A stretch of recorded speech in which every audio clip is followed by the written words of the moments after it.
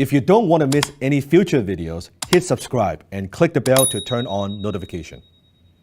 So many years ago when I joined Toastmasters, now in case you don't know what Toastmasters is, it's kind of like a non-profit organization. They have clubs all over the world. You could go there and improve your communication skill and your public speaking skills. So at the time, I wanted to reduce my accent because English is not my first language. And I joined the club and I would practice and I would be so afraid to deliver my first speech, which is called an icebreaker. An icebreaker simply, you just kind of share a little bit of your story, tell the other club members who you are and kind of what you do kind of thing. And I did that and I finished it. I was like so difficult. And during that time, Toastmasters, they would have these tiny little feedback form, little form like that, we'll print out and hand out to all the people. And my club at the time had about maybe 30 people, right? Usually attending per meeting, per week. And they would give me a little feedback on the form.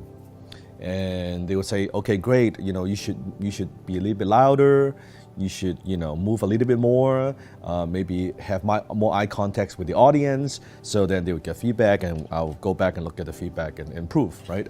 So, and I was very dedicated. I was attending these meetings on a weekly basis. In fact, I joined two clubs and I would go to 2 different clubs. I was actually practicing twice as much and I was learning and growing very, very fast.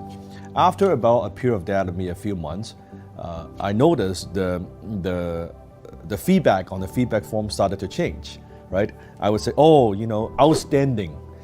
Dan, you're very talented.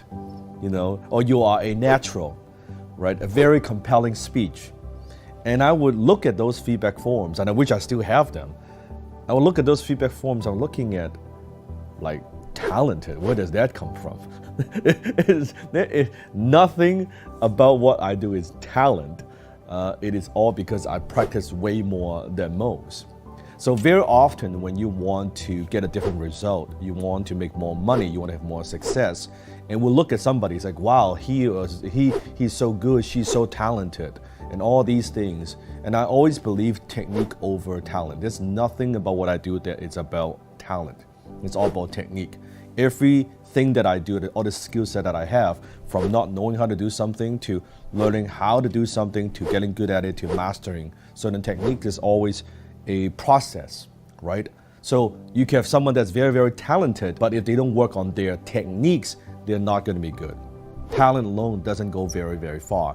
If you are willing to outlearn and outsmart and outperform someone with more talents than you, and you focus on the techniques, and you practice, right? Put in those hours, you will see it's always technique over talent. And chances are you'll get the same feedback that I got once you get good. It's, oh, you're natural, you're gifted, you're so talented. But deep down, it's not talent, it is all technique.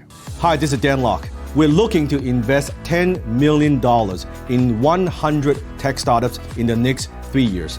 You could be one of them. If you are a founder of a tech startup, if you are looking for financial capital, guidance, and mentorship, go to www.danlokventures.com to see if you qualify.